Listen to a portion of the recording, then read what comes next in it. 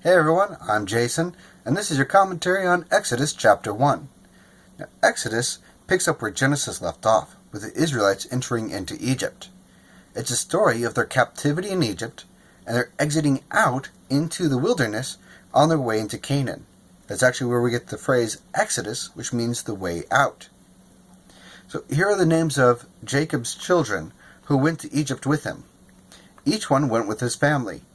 Jacob's sons were Reuben, Simeon, Levi, Judah, Issachar, Zebulun, Benjamin, Dan, Naphtali, Gad, and Asher. The total number of Jacob's children and grandchildren was 70. Joseph was already in Egypt. Joseph and all of his brothers died. So did all of their children. The people of Israel had many children. They greatly increased their numbers. There were so many of them that they filled the land. Then a new king came to power in Egypt. He didn't know anything about Joseph. "Look," he said to his people, "the Israelites are far too many for us. Come, we must deal with them carefully. If we don't, they will increase their numbers even more. Then if war breaks out, they'll join our enemies. They'll fight against us and leave the country."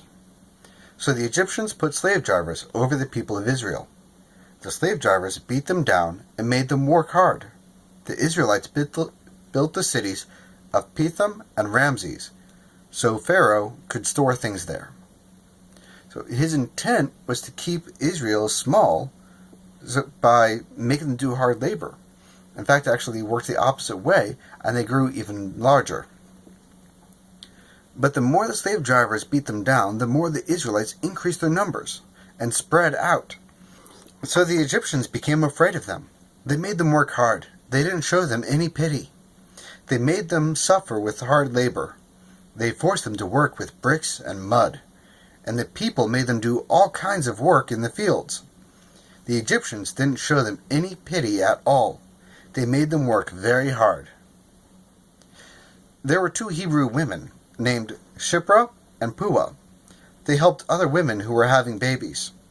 The king of Egypt spoke to them. He said, "You are the ones who help the other Hebrew women. Watch them when they get into a sitting position to have their babies. Kill the boys, let the girls live." But Shiphrah and Puah had respect for God. They didn't do what the king of Egypt had told them to do. They let the boys live. Then the king of Egypt sent for the women. He asked them, "Why have you done this? Why have you let the boys live?" The women answered Pharaoh, "Hebrew women are not like the women of Egypt. They are strong. They have their babies before we get there." So God was kind to Shiphrah and Puah, and the people of Israel increased their numbers more and more. Shiphrah and Puah had respect for God, so he gave them families of their own. Then Pharaoh gave an order to all of his people.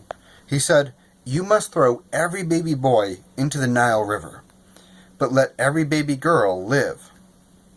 He was doing this because he was hoping that the midwives would eliminate the boys. When you eliminate the boys, the population can't grow. It becomes stagnant. But they didn't listen. They respected God rather than listening to Pharaoh. So instead, Pharaoh had to tell the Egyptians to go and kill all the baby boys. Well, that's it for commentary on Exodus chapter 1. Thank you so much for joining me, and I will see you guys next time.